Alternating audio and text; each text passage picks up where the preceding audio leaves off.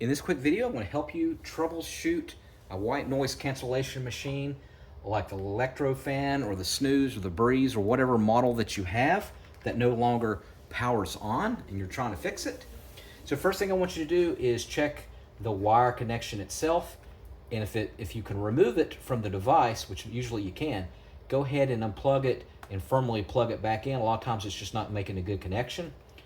Check the wall piece, and if you got it connected to a wall and you can unplug it, go ahead and try it in a computer or a laptop. It may just be the adapter that's broken, and then replace the adapter, or just plug it into a computer. You might have to replace the full USB cord. You can just look it up on eBay and get a new cord.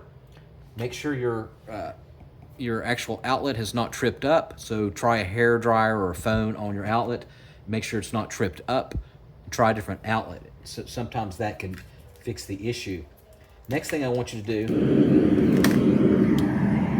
is, if it's still not powering on, go ahead and unplug it from the wall.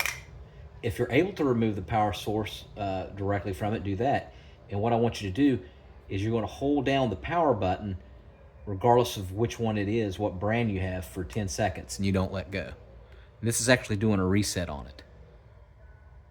And you hold it down for 10 seconds, let go, and then plug it in, and then hold it down for 10 seconds while it's plugged in, and then see if that will work. A lot of times that will make it work. If not, one thing you can do is unplug it and firmly, with the buttons, push down really firmly on all of them, all the options, like this. And a lot of times that will trigger it to start working again. All right, let me know if one of these methods work. Make sure you put in the comment section which method worked.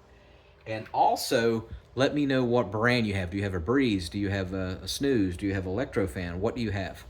All right, thanks for watching. Make sure you subscribe.